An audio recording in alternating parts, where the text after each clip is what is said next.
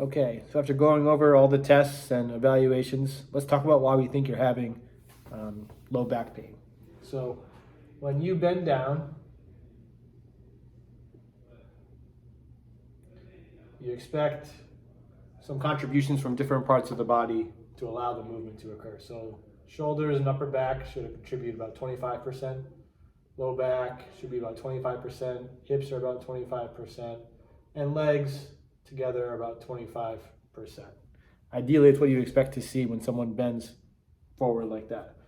With you and your history of that shooting pain down your left arm and stiffness in your legs from a previous injury, what we're getting is probably more likely about 5% contributing from the upper back and shoulders, about 5% from the legs, and about 5% from the hips, which means that you're getting about 85% contribution to that movement bending forward from your lower back, which means we're asking your back to do more than it should be doing, okay?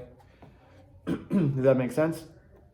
Now, what we want you to be able to do is get from here to here. And to do that, we have to get you to trust the tissues around your lower back, aside from your lower back. So your upper back, your rib cage, your shoulder blades, your hips, all those things that contribute to you bending forward have to be able to lengthen to allow you to get the movement forward without getting that grabbing pain in your lower back, okay?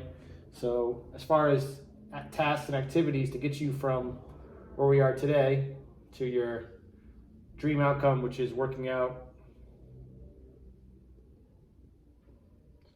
every day.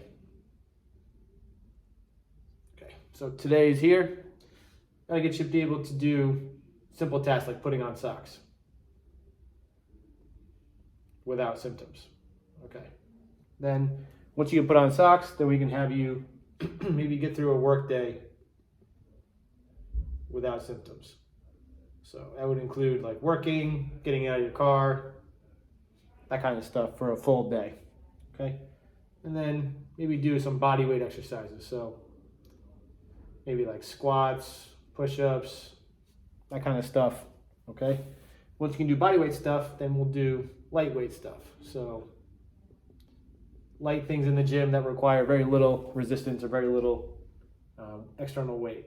Okay, once you can do lightweight, then we'll do heavy weights. And then this is the idea to get you progressed to working out every day and feeling confident in yourself that you won't have to have any pain during or after a hard workout or doing a few workouts consecutively during your week, okay? What we don't want you to do is get you to this point here where you feel like, oh, I can do a lot of body weight stuff. I'm probably ready to go. I don't need any more rehab or any more PT. But if you're only getting here, you haven't really gotten the full progression from here to here. You may still have a lot of stiffness or lack of mobility in your upper back or your hips or your legs. So you may be getting like 15% contribution from upper back, 15% from the legs, 15% from the hips, which will leave you still requiring you to do about 55% effort from the lower back. So you can see how if you get from here to here, there still is a lot of work to go to get from here to there. Okay, so that's the reason we have you to go from point A to B to C to D to E before you get to the end goal. If you just go from here to here and then try to make the jump to working out every day, there's a high likelihood of you re-aggravating or injuring your tissues. So our main focus will be getting your upper back and rib cage to move a lot better. The things we tested where we have you bring your knees to your chest and that cause pain in the front of your hips. The test bending forwards where we have you try to touch your toes. Those things require you to have your rib cage to press and bend forward, allow you to bend forward. If that's not happening, it's pretty common to get up mid-back or lower back pain, okay? Does that make sense? Now, as far as getting back to 100%, this has been going on for a little while, on and off for a couple of years it sounds like. So I would plan for 6 to 8 visits before you feel pretty confident that you'll feel a significant improvement in your ability to return back to working out every day. Does that make sense?